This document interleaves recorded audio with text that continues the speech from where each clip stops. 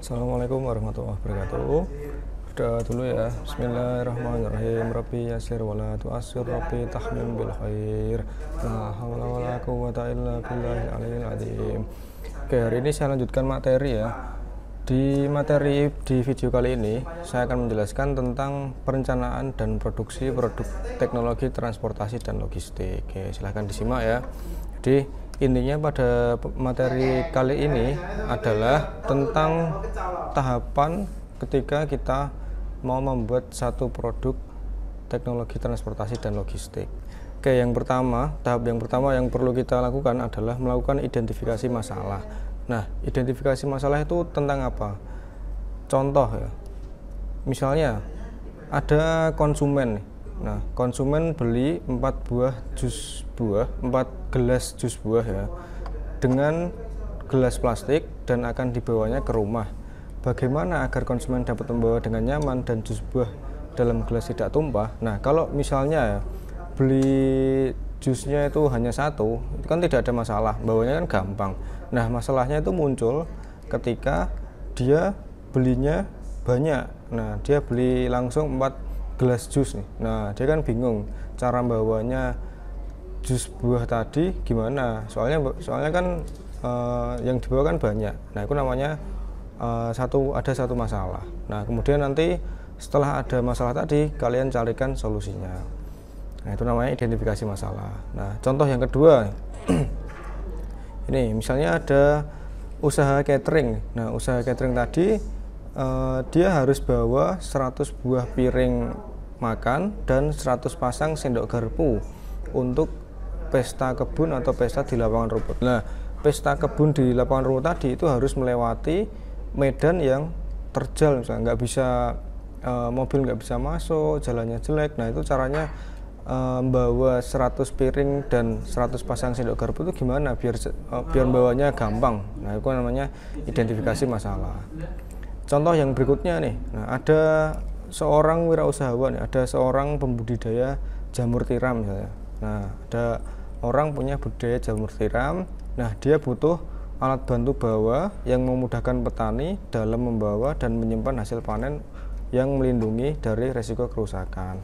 Nah, kalau misalnya ya dia punya banyak sekali rak jamur nih. Nah, kalau misalnya dia mau panen, nah dia mau panen, mau manennya hanya membawa keranjang saja, itu kan menghabiskan banyak waktu ya kan. Nah, sehingga dia butuh alat yang dapat digunakan untuk memanen jamur tadi dengan cepat dan efisien. Nah, itu namanya identifikasi masalah. Dari masalah tadi ya, jadi dari 3 masalah tadi, misalnya ada membawa 4 gelas jus, kemudian ada membawa 100 piring, ada yang ketiga adalah masalah tentang pemanenan jamur tiram ya kan. Nah, itu dicari solusinya dengan cara curah pendapat. Nah, hasil dari curah pendapat tadi itu bisa kalian tuangkan dengan dalam bentuk sketsa atau gambar kasar seperti ini. Nah, contoh ya, ini di gambar 2.13 nih. Nah, ini ada contoh hasil tukar pikiran atau brainstorming dengan beberapa orang. Dia menghasilkan beberapa macam desain ini. Jadi menghasilkan banyak desain. Gitu. Nah, contoh lain, misalnya yang masalah yang kedua tadi yang membawa 100 piring. Nah, ini dipecahkan dalam bentuk sketsa, hasilnya seperti ini. Jadi ada beberapa rancangan atau sketsa. Nah, kalau yang jamur tiram, nah misalnya dibuatkan solusi, misalnya ini dibuatkan seperti troli ya kan. Nah, jadi dibuatkan troli supaya panennya itu bisa lebih cepat dan efisien gitu. Kemudian yang tahap berikutnya adalah rasionalisasi. Nah, rasionalisasi itu seperti memilih.